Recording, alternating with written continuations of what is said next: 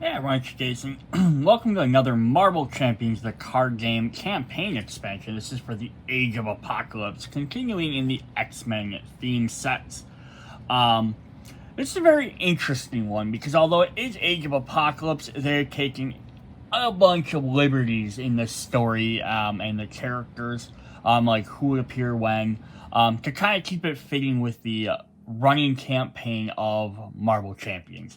So don't pick this up expecting this to be like it's an expansion, of course. It is standalone. You can just sit down. You can just pick this up. You don't have to pick up like Mutant Genesis or like one of the other older campaigns or anything. It's not like it's part 8 campaign necessarily, but they've kind of been running a follow through story of like what happened in one. So like this leads off directly after the end of the last one with Cable and Domino.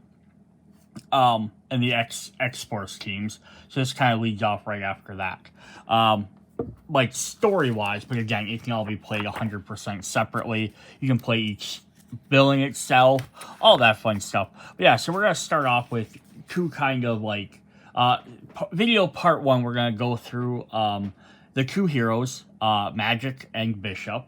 And then we're going to go through a couple of the other like mission special cards and campaign cards. And then part 2, we'll go through all the villains. Just so I can spend a little bit more time focusing on each half. So it is interesting because we're from the Age of Apocalypse storyline. Generally what happened was Professor X's kid, David Haller, or Legion, goes back in time and decides to help his father out by killing Magneto, his arch nemesis. Accidentally kills Professor X instead. So Magneto takes over the X-Men, and Apocalypse awakens early, takes over most of the world. And then there's a lot of heroes that are bad guys, a lot of good guys. Bad guys that are now heroes, a lot of changing and stuff. Magik was not, technically not in there all. Her young version, Ileana Rasputin, just as a child, is in there. But the main focus had to do with like Bishop, who was, because he's a time travel and he had chrono genes and stuff in him, temporal stuff. He actually stuck around for them 20 years. So he's the same Bishop from the original timeline, just older and really confused on what the hell is going on. But he remembers the original timeline and tries to change it back. And they kind of hint on that a little bit in this story as well. So he becomes kind of the main focus of the game. Yeah, so we're going to have a couple of things. There's a set symbol. There are some new rules, and we're going to go over this stuff quick. So we have find. When you're instructed to find a card, search each area where the card could be found. Play area, set aside area, player deck, discard pile, encounter deck, etc. Players should not unnecessarily search game areas if they know where the card you're looking for will be found. Do not look at face down counter cards during cards dealt to players. So, like, for example, and I'm not sure exactly what one is going to be, but if it says, find an ally that costs 3, and you know it's in your deck or it's in your discard pile, there's no reason for you to search the encounter deck or search somewhere else. Or if it says, target, find a card with a mutant trait, right? And you have one on your table. You don't need to then dig through your deck. It's just saying you're not allowed to like go search through other decks just for the sake of getting to search through other decks. Returning keywords that weren't in the base game, but in case you haven't played since then. We have Hinder X. When a card with Hinder X is put into play, place X threat on that card. Patrol. Well, a minion of the patrol keyword is engaged with a player. That player cannot use cards they control to thwart the main scheme. So you have to take out the minion first. Permanent. A card with permanent cannot be defeated. Leave player of any part of its text blank except for by card abilities of the same set, hero, scenario, or modular set. So that's saying, again, this is not specific, but saying if I'm fighting Bishop, if I'm playing as Bishop and he has a permanent card in play, whatever it would be, no one else can affect that card except Bishop cards. Same thing if I'm playing the Apocalypse modular set, and he has a permanent card in play, no one can affect that card except for Apocalypse. Piercing. Attack with piercing discards any tough status cards before dealing damage. Range. Ignores the retaliate keyword. Setup begins into play. Stalwart. Character Stalwart cannot be stunned or confused. Steady. A character study can have one additional stun status card and one additional confused card. The character's not stunned unless they have 2 stuns, not confused unless they have 2.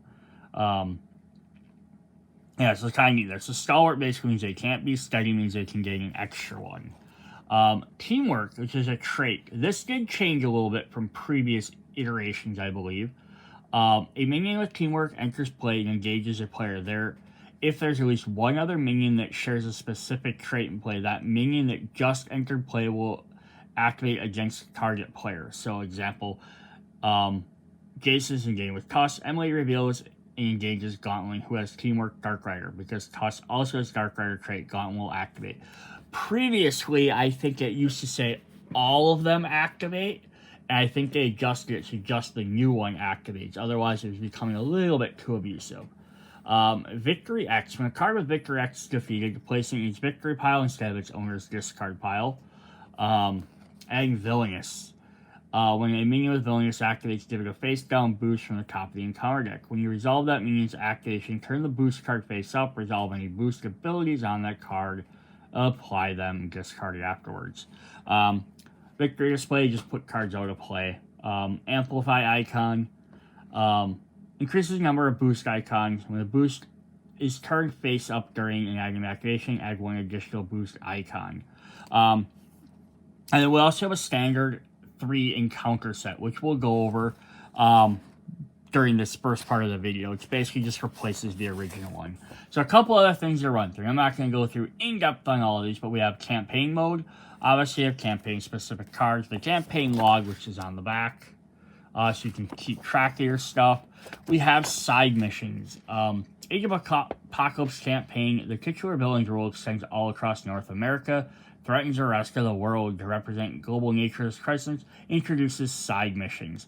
These side missions are side scenes of mission trait. They represent events taking place around the world while the heroes combat the villain. Because heroes are already occupied, they must rely on their allies.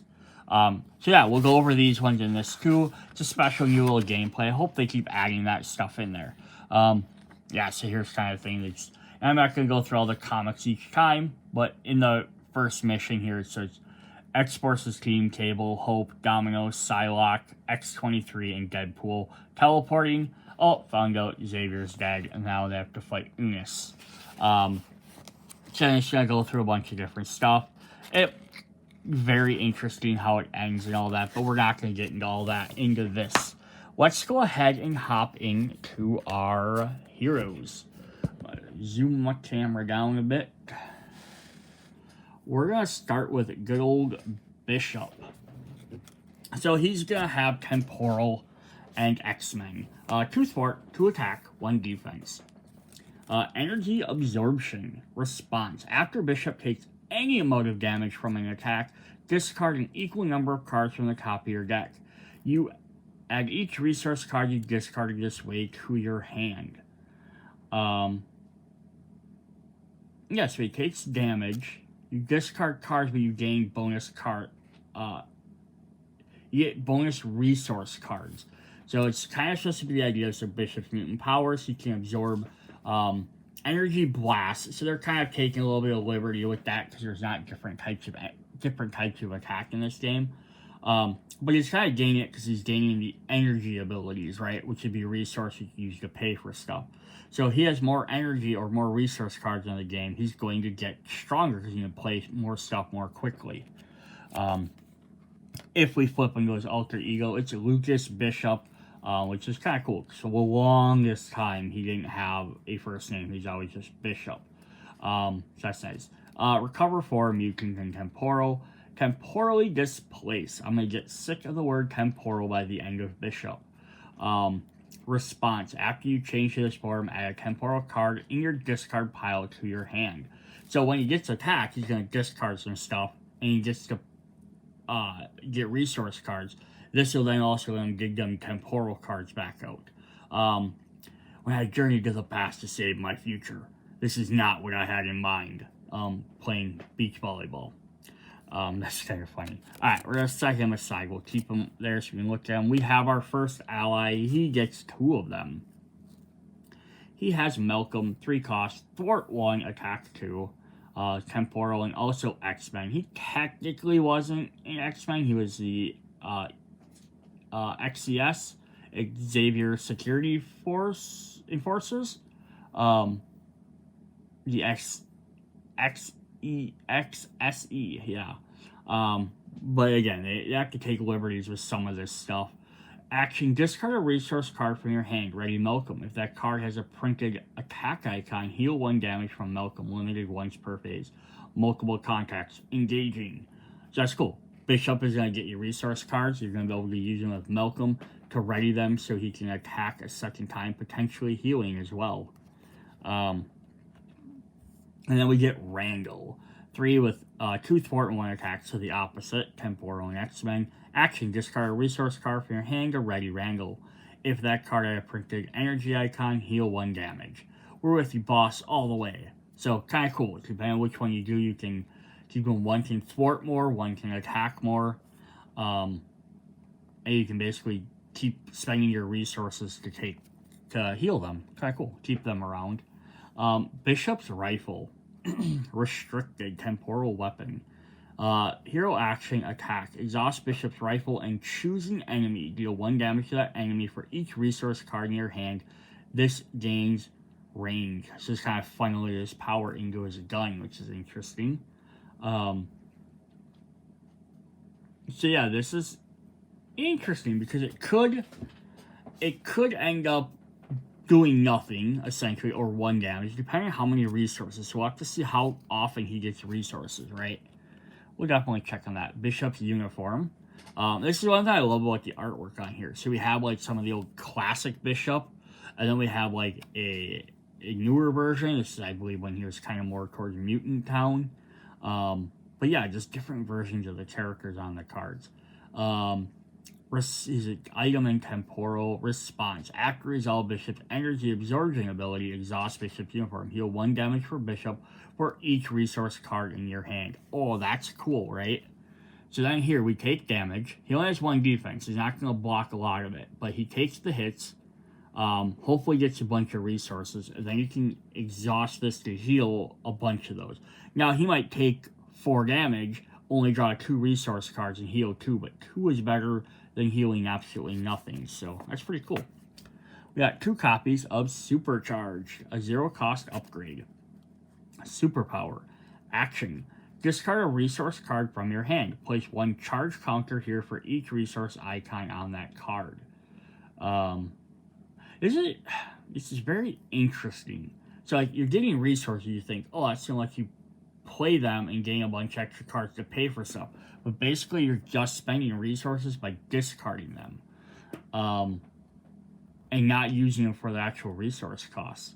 Hero Interrupt. When you make a basic attack, discard Supercharge. You get +2 attack for this attack for each charge up to a maximum of 8. Nice. So I can give him up to 10 just standard, right? Because he has 2 attack. But it's not to say you couldn't have other ways of boosting him. Cool. 2 copies of Concussive Blast. Attack Superpower. Hero Action attack. Deals 6 damage to an enemy. You pay for this event with a resource card. Ready Bishop. Bishop's power allows you to absorb energy and rechannel it into powerful blast. So you can even combine this with that previous one, potentially. Blasting for 6, then turn around and Supercharged. 2 copies of Command Authority. Thwart. Hero Action Thwart. Remove 3 threat from a scheme. If you paid for this card with a resource, draw 1 card. So here we're getting bonuses for paying for cards with resources as opposed to discarding them. So it's kind of interesting. But we need more resource cards. We have 2 copies of Energy Conversion, which is a defense. Hero Interrupt. When an enemy attacks, shuffle each resource card in your discard pile into your deck. You cannot take more than 3 damage from this attack. Cool. Yeah, so this is kind of neat because then you get hit, right? Now you can put your resource cards back into your deck, which has a chance for you to let them redraw them, and plus it reduces your damage. So that's cool. So that's a way to get those back in there. And then he has 3 copies of Stored Energy. So these are our resource cards. Each one is going to have an electric or an energy and a fist on there, so they work with both of his characters, Randall and Malcolm. The more you hit me, the harder I hit back. So it just provides 2 energy, which is very helpful, or you can discard it to gain lots of different effects. And again, it's just discarding a resource. It doesn't care what the resource is. So that's Bishop's personal deck. So that's pretty interesting. Let's see what his aspect is. He has leadership. So we already had Cable as a playable character. Now we get it as an ally. Cable, Nathan Summers. 2 thwart, 3 attack. But his attack does double damage. Psionic and X-Force. Response. After Cable thwarts and defeats a side scheme, draw 1 card. I know too much about what the future holds. So this is an interesting choice. Just in the sense is because for the longest time, they really never interacted too much. Throughout most of the 90s and 2000s, they weren't really ever on the same teams. They didn't interact much, even though they were like the only 2 main time travelers. There is a couple of times when, during, was it Fatal Attractions maybe? Or Executioner Song. I don't remember which one of those 2, when Bishop, Cable, and Wolverine teamed up, which is a very interesting storyline. But then for a decent while during the Messiah Complex, Bishop and Cable were enemies. So it's kind of interesting they threw him in here, but I mean, I don't know who else you would have put necessarily. Obviously, Shard. I'm not surprised she's not in there. But Bishop didn't have a lot of like close allies, I guess. So I think they're just trying to flesh out some of the other X-Force characters. Here you have X-23, Laura Kinney. 1 thwart, 3 attack. After X-23 attacks and defeats the enemy, ready her. Call me Lady Wolverine 1 more time. I dare you. So that's pretty fun. We get her. We have 3 copies of Team Training. 2 cost support condition. With the new X-Men there, we have Annul, Rockslide, Surge, and Pixie. Play under any player's control, max 1 per player. Each ally you control gets plus 1 hit point. I have to admit, their training is starting to show, hey, extra hit point for all allies for only having 1 card. That's super helpful. 2 copies of Advanced Suit, Armor, and Item. Attached to an X-Force or X-Men ally, max 1 per ally. The yellow and black or yellow and blue uniforms. Response, after attached ally defeats a minion or a side scheme, discard 1 card from your hand. Heal 1 damage from attached ally for each resource on that card. So this, with the resource ability, could definitely work with Bishop, because you also discard a resource as double. I'm still very interested on the fact that Bishop has leadership, because not to say he led his team, but he never was generally a leader overall in the regular rest of the X-Men books. He kind of just followed orders. So interesting. This card is really fun. We only got 1 copy of it, but it's Sidekick. It's an upgrade. It's a title. Attached to an identity-specific ally you control. Max 1 per deck. Attached ally gets plus 2 hit points and is your sidekick. Response, after you make a basic recovery, heal 2 damage from attached ally. So this is neat, because basically you can make them very helpful for you. Now, identity-specific just means it has to be a person with, like, Cable, who has, like, Nathan Summers. It has to be something like that. And it can't just be shield agent, type of thing. Which I don't think is going to be too hard to find. 3 copies of Side by Side. Cyclops and Havoc. That's a really good artwork. Hero action. Ready your sidekick. Interesting. Ready your hero and choose 1. Heal 1 damage from both characters. Both characters get 1 thwart and 1 attack to the end of turn. So this is interesting because there's only 1 copy of Sidekick, but we get 3 of these. They're only going to work if we have a Sidekick. But the fact is you get a ready your hero, and heal 1 damage from both characters, or both get. So that's pretty cool. Either heal up or do some extra damage or thwarting. Cool. 3 copies of Suit Up. So this is neat because we have some of these characters that have just now appeared. So I wonder if any of these guys will be in the upcoming sets. So we already have a Storm. We have Bishop there. We have Jubilee's been announced. X-23 there. Psylocke in the back there. So the other 4 would be Cannonball, which I don't think we're going to probably get. But Nightcrawler, I wouldn't be surprised. Polaris, very possible. North Star, I don't know. That'd be interesting. I wouldn't mind them, but I'd rather have if we're going to get North Star, I'd like to have a bunch of the other Alpha Flight team as well. Alright, Alter Ego action. Search your deck and discard power, bring ally upgrade that can be attached to it, add them to your hand. Cool. So that means we could search for Sidekick, or we could search for Armored Suit. So either one. So if you want to either have that Sidekick ability, this would definitely help you find that as well. That's pretty nice. And then we have 3 copies of League from the Front. With Caliban and Thunderbird on there as well. It's a tactic, hero action. Choose a player. Each character that player controls each one thwart and 1 attack to then it fades. Let's show them what we can do, bub. That's cool. And then we have 2 copies of the Power of Leadership. So this will help Bishop because he gets 2 more resource cards to use. So that gives him a total of 5 already in this deck. Max 2 per deck, double the number of resources this card generates while paying a blue leadership card.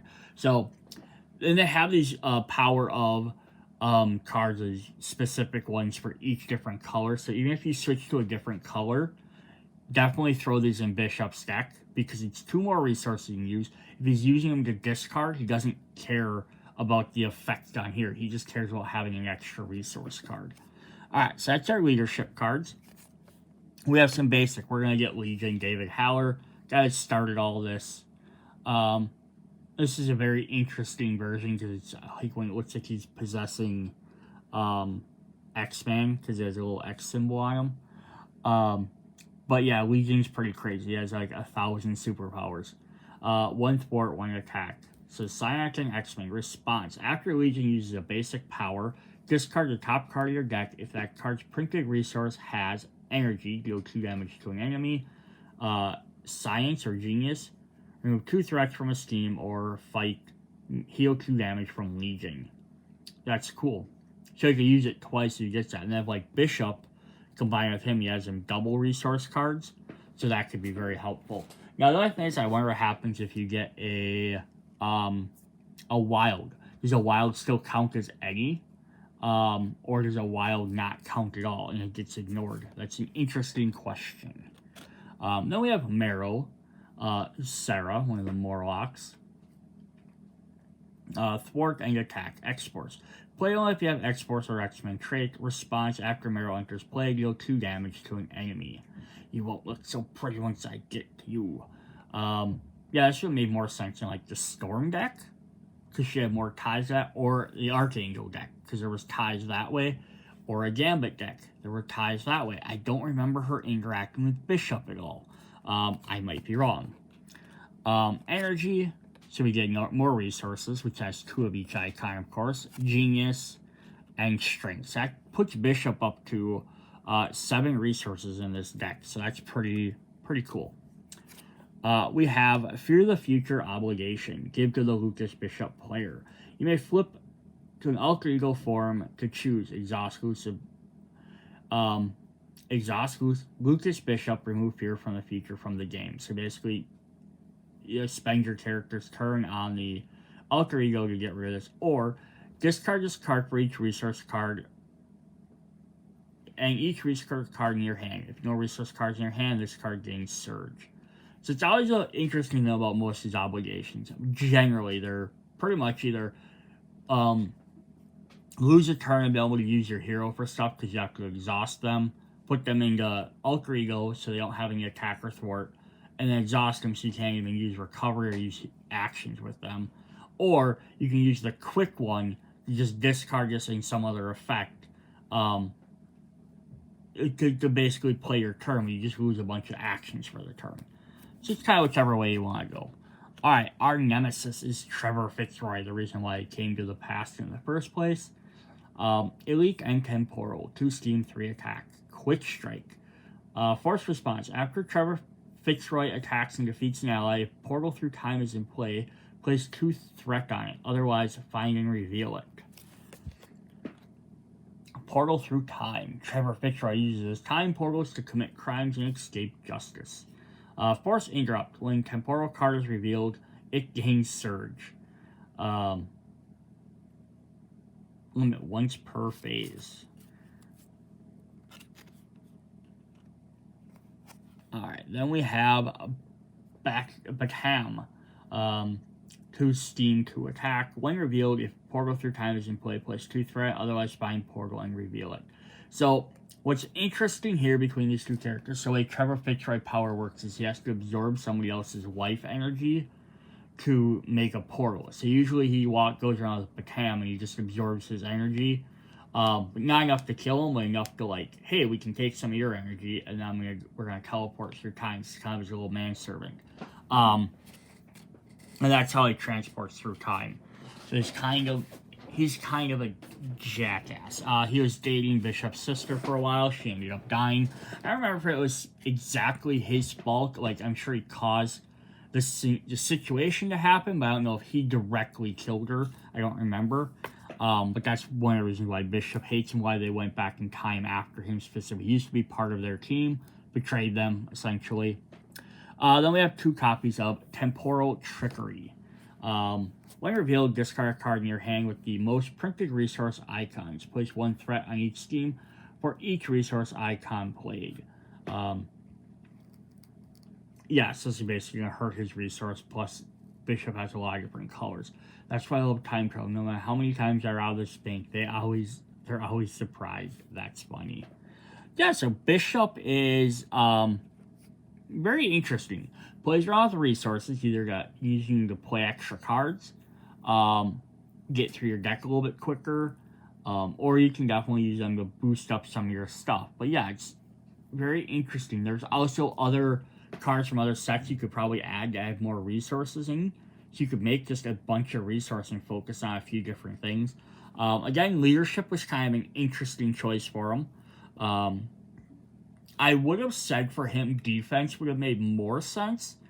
But he's also an aggressive character. He's also like kind of the shoot first, act questionable. He's kind of balanced between that and his defense of being a cop. So I could have said either of them. I could have also understood Justice, because he is basically a future cop. I just think leadership's the odd ones. I don't ever, other than him leading his team, I don't really ever remember him leading a team. Like, he's been parts of teams, but never, like, as the lead character. So, interesting. That's alright. Up next, our second characters, we have Magik. She's a Mystic, X-Man. Play the top card of your deck face up. Once per phase, you may play the top card of your deck as if it was your hand, reducing the resource cost by 1. There are no snowflakes in Limbo. So she has 1 thwart, 2 attack, and 2 defense. So she doesn't thwart as much, but she's a little bit better defense. Let's flip her over. So we have Ileana Rasputin, Mutant and Mystic. Interrupt. When you change a hero, you change the hero for it, choose a spell in your discard pile and put it on top of your deck. I would sell the last piece of my soul for an egg roll right now. So this is fun because this is the third Magik character we're going to get, the spell character. We had Doctor Strange way in the beginning. Cool, but we didn't have anyone else to kind of play with our spell cards. And we got Scarlet Witch, and now we have her. So we have 3 different characters that have spell abilities. So you have a little bit more option of like mixing and matching stuff for them. So yeah, so basically she changes, she puts a spell back on top of her deck, and then now she can make it cheaper to play, right? So that's pretty fun. So we'll see what she gets to do with that. Of course, her signature ally has to be Colossus, her brother, Piotr Rasputin. Toughness and Interrupt. When an enemy attacks you, play Colossus from your hand, paying his resource cost. You declare him the defender without exhausting him. I will always protect you, a little snowflake. That's pretty cool, right? As long as you can pay for them. You know, when he's in your hand, you could kind of like wait for an attack and get to play him as a quick defense. That's fun. She gets Limbo. So this is one thing. All the X-Men, for the most part, have had like their own special, like unique locations. Bishop didn't really get one, but he got extra allies. But yeah, I can kind of see that he kind of bounces around. She doesn't get like an environment, but she does get Limbo, which is like her own little world or miniature hiding place. Dimension. I don't think we've seen Dimension before. Response. After a villain phase begins, exhaust Limbo. Swap a card in your hand with the top card of your deck. Okay, cool. So basically you get to exhaust this card and put the card you might want to play next on top of your deck. Action, exhaust Limbo. Swap a card in your hand with the top card of your deck. Cool, so you basically do it on your turn, or as a response, you could do it at the beginning of the villain phase. So it gives you the option of doing it whenever you might need to do it. That's cool. We have Magik's Crown, 2-cost upgrade. Gain Steady. Well, the top of your deck has the Genius or Wild resource icon Magik gets 1 thwart. Raised in Limbo, Magik is destined to absur its rule from the man who brought her there. Usurp. I said upsurp. Usurp. Then we have the Soul Sword, her weapon, which is restricted. Magik basic attack gains piercing. Well, the top card of your deck has fighting or wild resource, she gains 1 attack. So that's kind of neat. So if you have wild and you have both of these out, you'll gain 1 attack and 1 thwart. Otherwise, you might gain 1 attack or 1 thwart, depending on what you're doing. Since she has the ability with Limbo to like kind of swap cards around in her deck, or even her other card to pull a card over discard pile, kind of give her the bonus you need for the turn. So that's pretty cool. And then to finish up that trio, we have Mystical Armor. She gains Retaliate 1. And when the top card of your deck is Energy or Wild, you gain a defense icon. So again, putting a Wild on there gets her everything she needs. Putting 1 of each just gets her what she wants. So that's pretty fun. She has 1 copy of Scrying, 0-cost event. With the top 3 cards of your deck, draw 1, discard 1, and put 1 back on the top of your deck. Yes, I've seen your future. No, I will not tell you. That's very, very helpful as well. 3 copies of Stepping Disc. This is her actual mutant power. She can make Stepping Disc teleporters. Superpower. Hero action. Ready your hero. Choose a magic card in your discard pile, not named Stepping Disc, and put it on top of your deck. Magik's teleportation disc take her anywhere by opening a portal through Limbo. Yeah, that's cool. So again, you get it basically, she can stack her deck whenever she wants, and she can play that card every turn. So yeah, she's gonna be, that's a very interesting deck setup. 2 copies of Exorcism, Spell, and Thwart.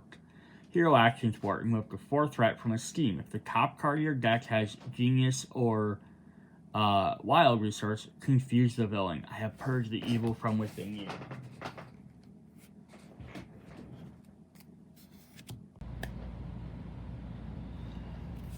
Yeah, so it's a pretty cool card, right? 4 threat. Again, based on what you have on the top, you get do extra stuff. So you kind of got to plan with what you want to put on the top. But every time you play it, it's obviously going to keep changing. So it's a neat effect. Here's your balance the previous card. 2 copies of Soul Strike. Attack and Spell. Hero action. Deal 4 damage to an enemy if the top card of your deck has the Fight or Strength or Wild resource. Stun that enemy. Very well. Feel the bite of my Soul Swords. This is when she's attacking like a demonically possessed Juggernaut Colossus is what it looks like. I could be wrong though. That's what it looks like at least. And then finally we have 2 copies of Magic Barrier, a defensive spell. Hero Interrupt. When an enemy initiates attack, prevent 3 damage from this attack. If the top card of your deck has Energy or Wild resource, deal 3 damage to the attacking enemy. So that's cool. So she has 3 cards that let her boost up her own stats based on what's on top of her deck. She has 3 cards that for attack, thwart or defense, they're doing extra effect if she has them. But they're also fairly cheap, 1s and 2s. She doesn't have anything that costs too much. And then when that's combined with the fact that all of her cards cost 1 or 2, and she has the ability, once per phase, play the top card of her deck as you reduce its cost by 1. That makes most of her costs either 1 or free. So she's going to be going through her deck fairly quickly, cycling stuff. So one hand, that's really good with her, at least her basic stuff there. She'll be cycling through. The other downside is you cycle through your deck too fast, you're incurring the wrath of boosting the villains. So it's also a downside. Alright, she gets aggression, which definitely makes sense for her. Like I said, with Bishop, I wasn't really sure what. She definitely wouldn't need leadership. Maybe defense, because she is kind of protective of her teammates at times. She's kind of been almost shown more of a leader in the recent times, when she became a commander, but she's still kind of like behind everybody. But aggression makes sense for her. So she's going to get some new mutant cards to help her out. We have Gold Balls, Fabio Mendez. So it's interesting that they went with Gold Balls and not his Krakoa version, which was Egg. They've been usually, basically, they've been doing everything before Krakoa started, even though that has been out for a while. So it's interesting. Interrupt. When Gold Balls attacks, discard up to 3 cards from the top of your deck. Gold Ball gets X attack for this attack, where X is the number of cards discarded this way. I didn't choose the name. Ha, it's funny. Yeah, so it's like you discard some cards from your deck to gain some attack. And basically, if you know it's on the top of your deck and you don't like it, it's a way to get rid of it. That's pretty nice. Then we have Tempest, Ava Bell. I wish she had Temporal, right? That would have been cool. Player of the Identity has the X-Men trait. Interrupt. When a villain would steam, discard Tempest. Cancel the activation, give yourself 1 face down and counter card. Could be very helpful, right? Stop them from steaming for a turn. We have 3 copies of Blood Rage. Condition, max 1 per player. Response, after defeating enemy with a basic attack, Blood Rage, exhaust Blood Rage, take 1 damage to draw 1 card. Interesting, right? So you take some damage, and then you draw a card. Wolverine would really like this card, which is always fun. 3 copies of Test the Defense, max skill, max 1 per player. Response, after you play an attack event, place 1 test counter here. If there are 5 test counters here, discard this card to deal 5 damage to an enemy. Ooh, that's kind of neat. Like, just a different thing. So you kind of like, hitting attack, not much. Hitting attack, not much. Then after the 5th one, now you get to jump in and do 5 extra damage.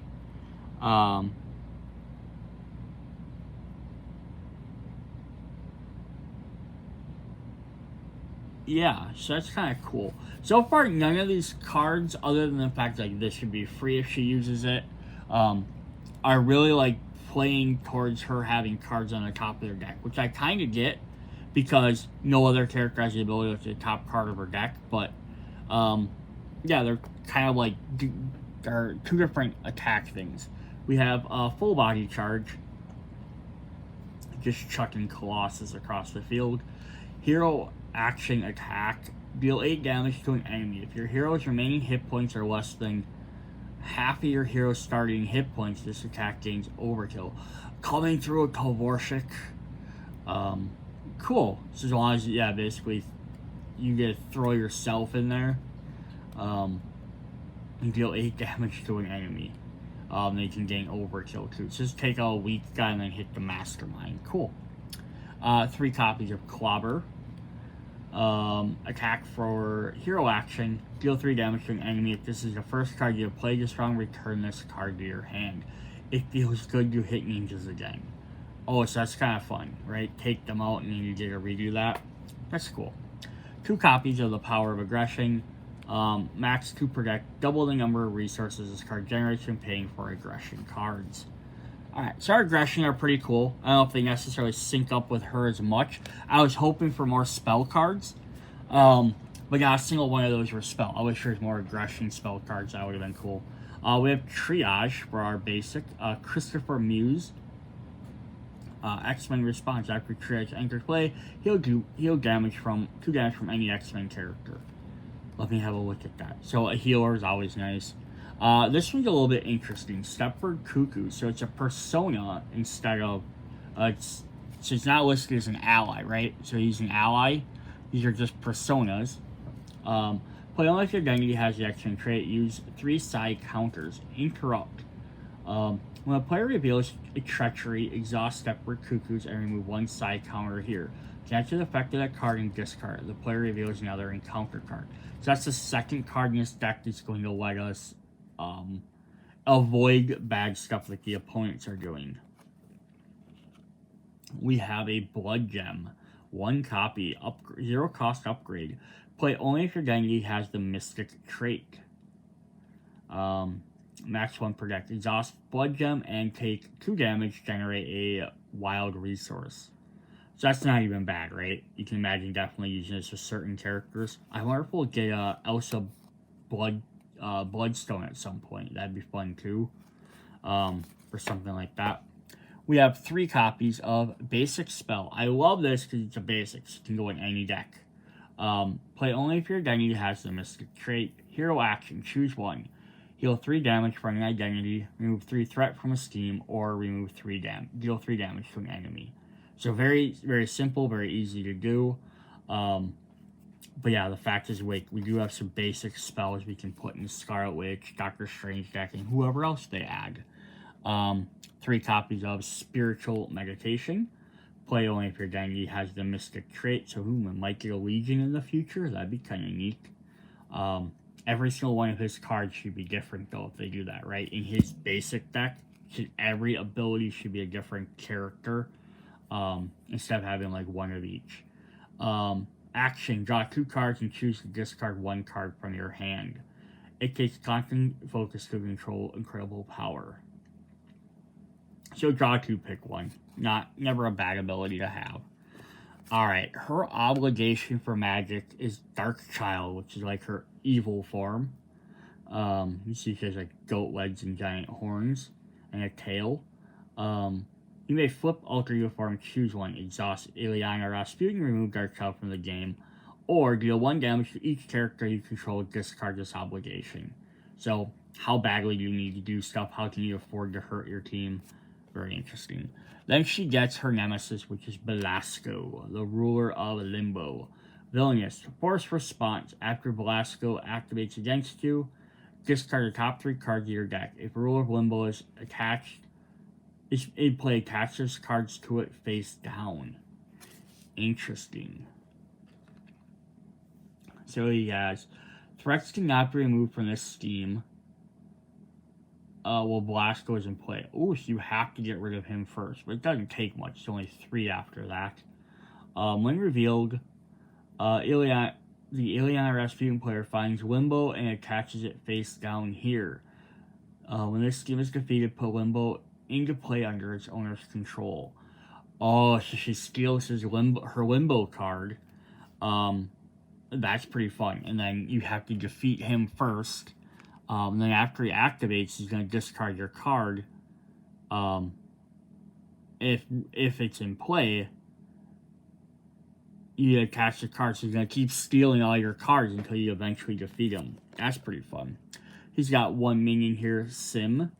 Guard, and when revealed, if ruler of Limbo is in play, place 2 threats on it. Otherwise, place 2 threats on the main scheme. The boss says he's had enough for your constant meddling. And then we have Witchfire, who has Quick Strike, a force response. After Witchfire attacks and defeats an ally, place 1 threat on Ruler of Limbo, otherwise place 1 threat on the main scheme. So cool, and these guys pop and they make it harder to beat that. And then finally, we have Battle for Limbo. When revealed, each Limbo minion in play activates against the player it is engaged with. If no Limbo minions activate this way, this card gains Surge. If Rural Limbo is in play, place 2 threat on it. Cool. Yeah, so Magik has some very interesting stuff. As again, hoping being a Mystic, she'd have more spell cards in her main deck. She has some of the basic. But this could definitely, if you could swap that aggression deck out for the stuff from one of the other characters. So the more cards you get like this over time, just makes these decks more and more interesting. The only thing that ever generally limits what a character can do is some of the allies. More specifically, say you can only play if you have an ally of that type, which I guess kind of makes sense, but I wish it wasn't so restrictive like that. But I guess it essentially allows you to make a healer character for the X-Men, for the Avengers, for the Guardians, so on and so forth. Yeah, but she seems definitely pretty cool. Just always get a player cards makes everything cheaper. Alright, we're going to look at our standard sets. We have standard set 3. So basically there was standard 1, which you have to put in every game. You can up it to standard 2 if you want a little bit harder difficulty.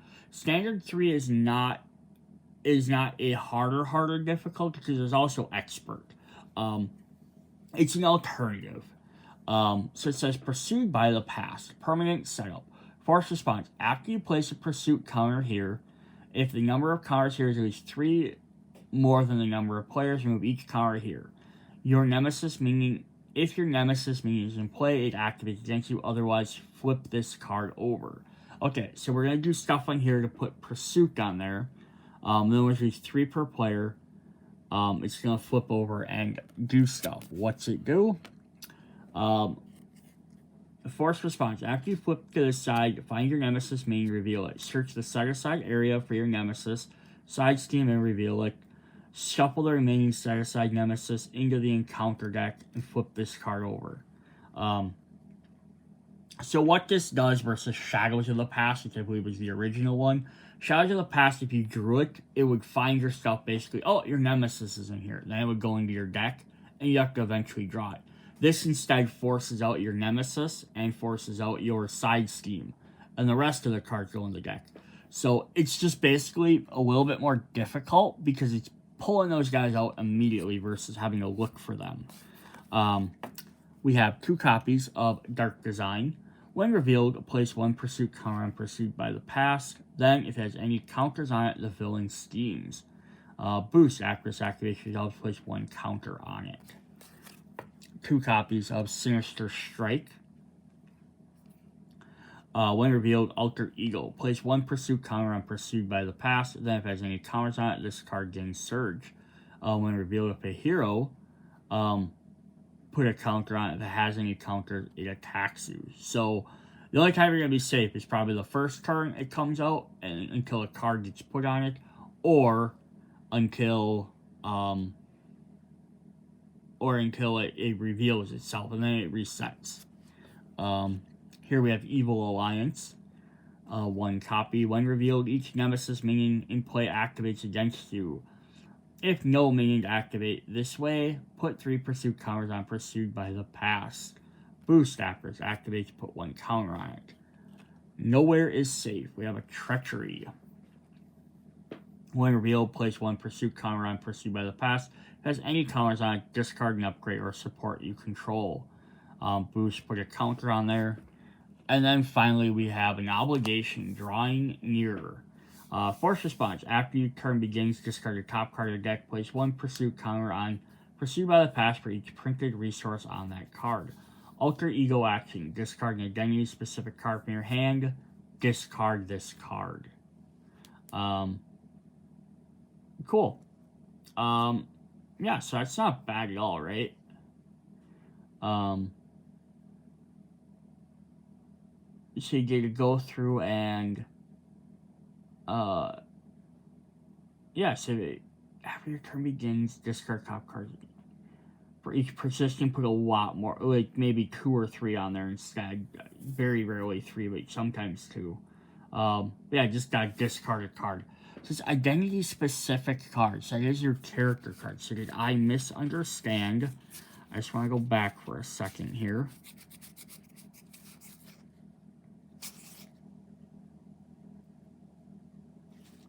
So yes, I did misunderstand Sidekick. It says identity-specific ally you control. Max 1 per deck. Attached ally gets 2 hit points and becomes your sidekick. So it's only the card that comes with them. So for like Bishop, it would have been Randall or Malcolm. For Magik, it would have been Colossus. It's not the named card like basic or other. It has to be identity specific card. That's still pretty interesting though. I think that only means there's like a couple of Guardian characters and Hulk. I think are the only ones that wouldn't be able to use that because they don't have a identity specific ally. Because a lot of the Hulk just doesn't get one, and then lots of the Guardians because they have the basic cards to do it. Interesting. Alright, last thing we're going to go through this deck are these campaign and mission cards. So, if you want to play the campaign, you have these special side steam, North American Seawall. Apocalypse's high-tech seawall protects the eastern frontier from his realm. Hinder 2 per player, Surge, Victory 2. The villain cannot take damage. Boost, deal this card to yourself as a face-down counter card. Then we get, and here are just some other different ones, we get 4 copies of Panicked Refugees. Force Response, after this card enters your hand, reveal it, then draw a card. Alter Ego action, exhaust your identity, remove this card from the game. So if you don't, they're going to keep getting extra cards. So you want to deal with it. Then the next thing we have, so those are the different campaign cards. Then what we have are missions, which you can add into the game. So missions have some special rules. It says players cannot thwart the mission side steam. So we said earlier when we were in the book, these are something only your allies can do. You're focused on the main villain, their steam. You can send your other allies to other areas. Cards in the mission area are in play, but under no player's control. They cannot be affected by card abilities unless the ability refers to the mission area. When a player plays an ally, they must choose to put the ally into play under their control or in the mission area. So, I have my characters, player B has their characters, then we all share the mission, and each player can send different characters to the mission. Treat the printed text box of each ally at the mission as if it were blank, except for traits.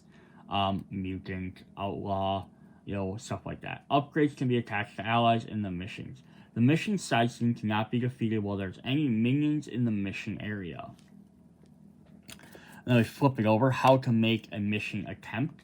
Discard X cards from the top of your deck, where X is the number of allies at the mission. Assign each of the discarded cards to a different ally at the mission. If the resource icon of the ally matches the card assigned to it, that ally participates in the mission attempt. Wild resources can be used to match any resource. Any resource icon can be used to match an ally with a wild card. So let's just break that down for just a sec. So if I'm playing 3 allies, right, and I have to discard 3 cards, I have to hope that the icons I discard match them, otherwise I don't get to participate. So if I have 3, it doesn't mean all 3 are going to get to go. I think they kind of show it in the book here.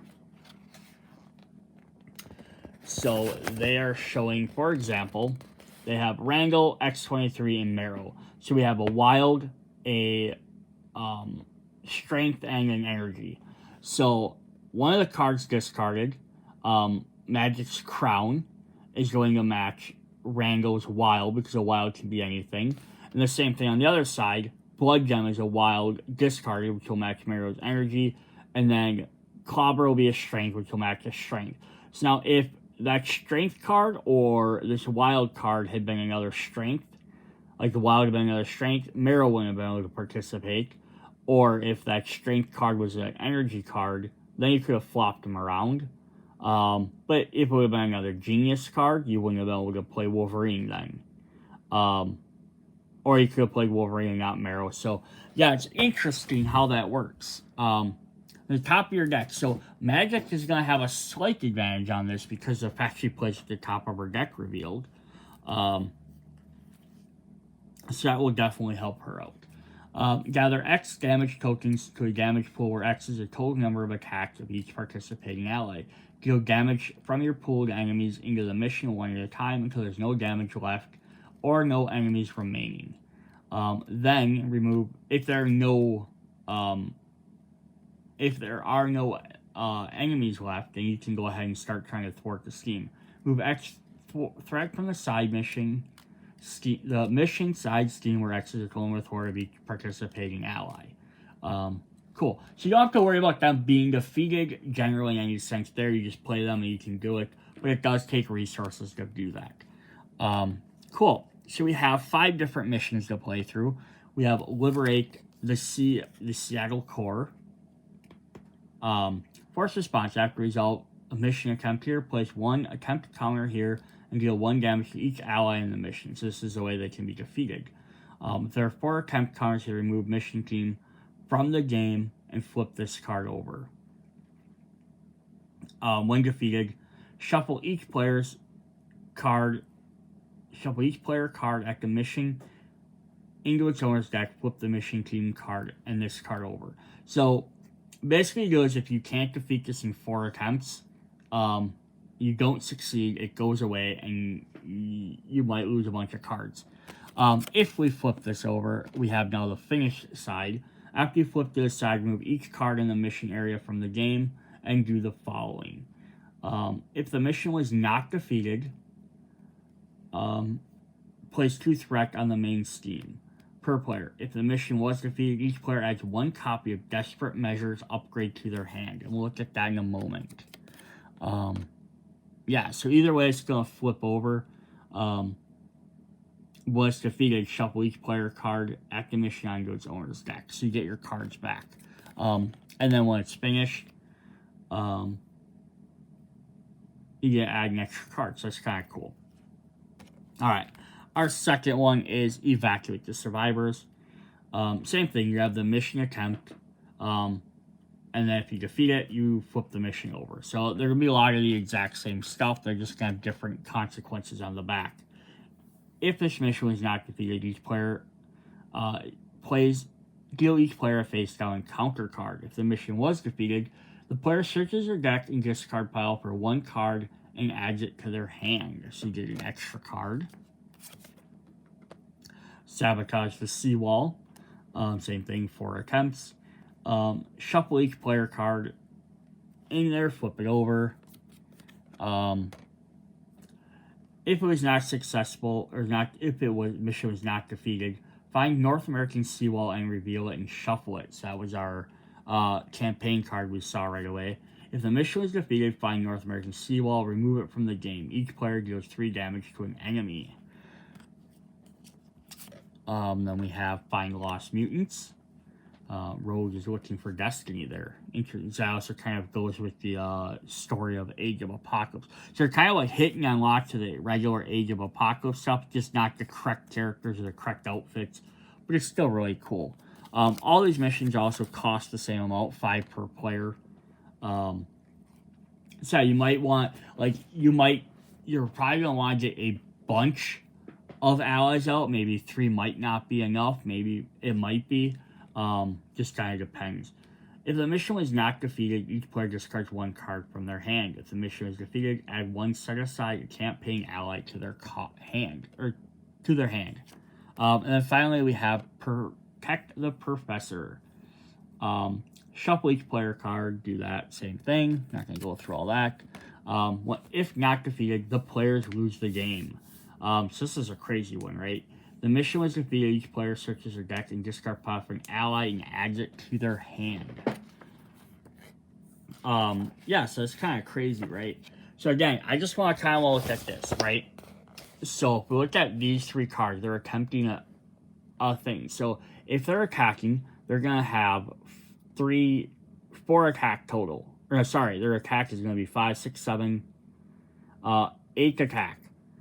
So that's a pretty decent attack. And up here they're attacking Sugar Man, who has 5 health per player. So it's going to take them a little while to beat him, because it's 8.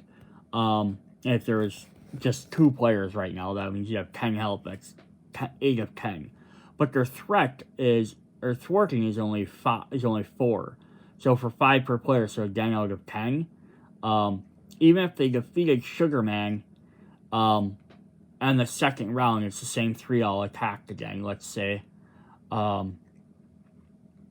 They would end up, they'd have 4. They only end up doing 8 on the second attempt, right?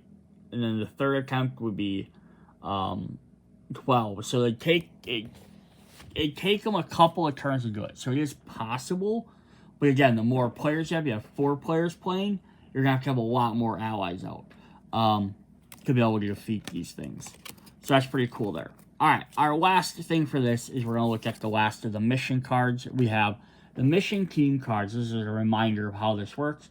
Mission teams cannot be discarded and the first player gains control of it. So this will move around each turn. I really wonder if we're going to get Cannonball and Polaris in our last 2 characters, because the second card they've appeared on. Exhaust mission team. Choose. Reduce the cost of next ally played to the mission by 2 or make a mission attempt. So this is what you have to do to make a mission attempt. So now you can keep making your guys cheaper, so this will help you get them out. But as a reminder, every time you play them here, you don't have access to them and the other things. So some people utilize their allies as just a bunch of shields. And the problem is with this is if you keep doing that, you got one direction or the other. The thing is, you could essentially just ignore the side mission. It's not going to hurt anything just sitting there the entire time. But you're going to gain some good bonuses for trying it. Alright, then we got our 4 characters we could have possibly gotten. We got Destiny, Irene Adler. Response after Destiny enters your hand, remove 2 threats from the main scheme. Outsmart your opponent's child's play when you know the future. We get Blink, very popular Age of Apocalypse character. Clarice Ferguson. As a response, after Blink enters your hand, deal 2 damage to the villain. So when you get these, they go right to your hand. I love the quote. My name is Blink. Who do you think is faster? When she's fighting Holocaust, or Genesis as he's now called. We have Morph, Kevin Sidney, the Age of Apocalypse version, not the X-Men 97 version, although he looks like him. This is where he came from. Response, after Morph enters your hand, confuse the villain. What's all the hubbub? And then finally we have X-Men, the other created character for this world, the Cable of this world, Nate Gray. Response, after an X-Men enters your hand, give your identity a tough stats card. The instances are saved, so long as you have anything to say. Cool. And then we have 4 copies of Desperate Measures. Attach to an ally, limit 1 per ally. Attached ally gets 1 thwart, 1 attack, 1 hit point, and is considered to have a wild resource icon in addition to its printed icons. So this will help you basically defeat more missions, right? Because your guys will be more powerful. So that's definitely cool. And then the last thing we have to go over, that I said is the last thing there. We have one more thing. We have a set of Overseers. So the Overseers are tied directly to each mission. Every time you play a mission card out, you're going to play your Overseer. We saw that earlier with Sugarman. So you'll have your rules, your character there, then your mission, and then you put the allies below it, so you know what's going on where. I think they show a full... So it's going to kind of be the opposite of the regular one, where you have your Overseer on the top there and your side steam on the bottom, your steam you're trying to do, versus the villain is the other direction. And I think they did that just so you can quickly tell them apart on which one's which. But yeah, we get 5 different ones, so they can mix and match to each one. And they're 5 big name characters from the Age of Apocalypse. You have Mr. Sinister. Yeah, you notice they don't have any attack or steam because they're not doing that. They're just there basically. You have to defeat me before you can attack the mission, so they're going to be hard to take out. I think they'll have 5, per player. And you have Victory 5 as well. Cannot take damage while another minion is at this mission. So if another minion gets put in, for some reason, they can't be hurt. Players cannot assign cards with the same resource icon to more than 1 ally each mission attempt.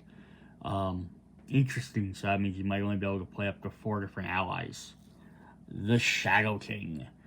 Cannot take damage on the missions. In the mission, after you discard cards, place 2 threats on the mission, size team for each mental resource discarded. Interesting, they call it mental, because the other ones I think I'll refer to it as genius. So it's interesting if they change that. Yeah, after you discard cards, place 2 threat on the mission side scheme. Interesting. Abyss. Mission response. After you discard cards, attack each card. The wild resource discarded to Abyss face down. They cannot be used for a mission attempt. Sugarman. After you discard a card, heal 3 damage from Sugarman for each physical resource. And then we have Magik Rasputin, Colossus's brother.